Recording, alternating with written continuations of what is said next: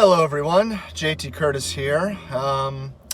As you can maybe see, I am in my car, and the reason I am in my car is because here in New York City we have a street sweeping day. And for those of you who don't know what that means every 2 days on certain streets, the street sweeper comes, and for an hour and a half you have to sit in your car so they don't give you a ticket. So I'm currently waiting for the sweeper to come, and if it comes, I will be going offline. So I thought I'd do something a little different, because I'm always sitting here, just working on things. But I was like, you know what? Maybe I will do something different here. So I am going to do a little something different.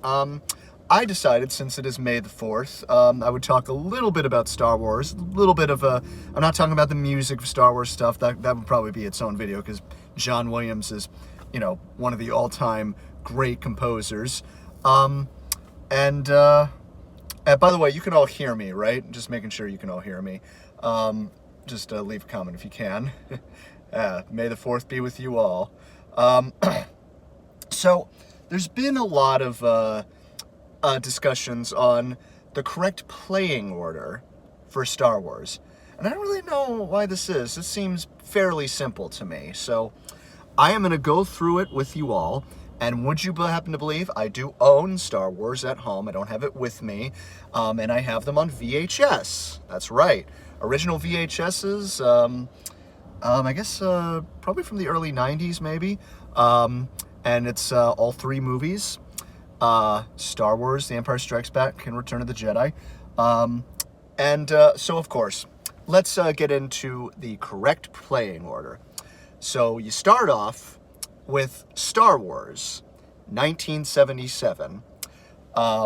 This was, of course, huge, incredible movie that when it came out, redefined cinema. It's been parodied so many times. Unforgettable characters. Harrison Ford as Han Solo, Chewbacca, Mark Hamill as Luke Skywalker, Carrie Fisher, Sir Alec Guinness, of course Darth Vader. Incredible film. I absolutely love it. The Death Star trench run at the end, it's just a masterpiece.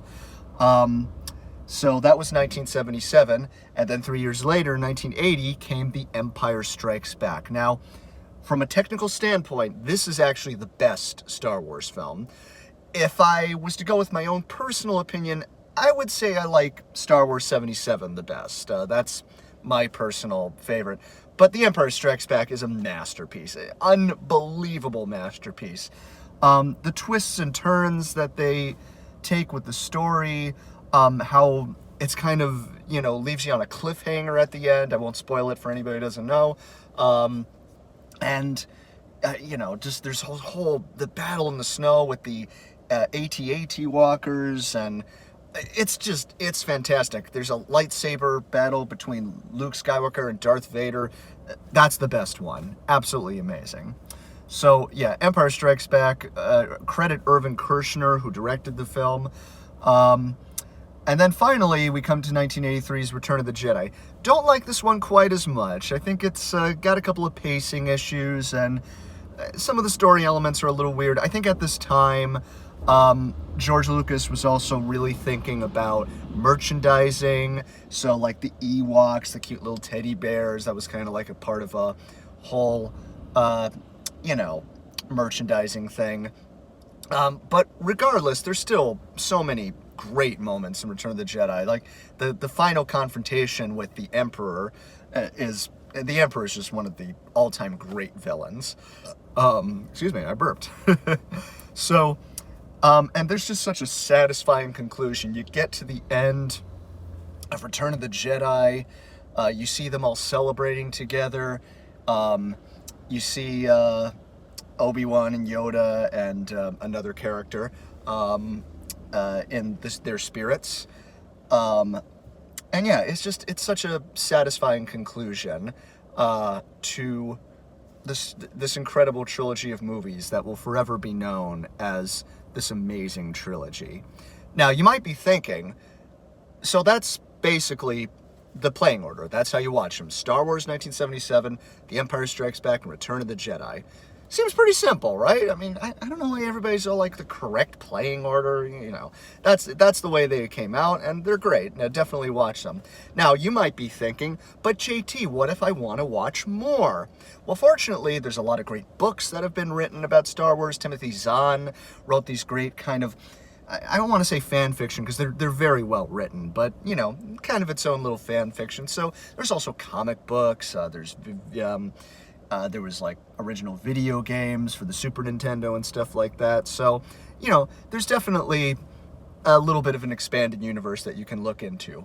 Now, I've heard that there's this rumor that there's other movies and there's TV shows and things like that.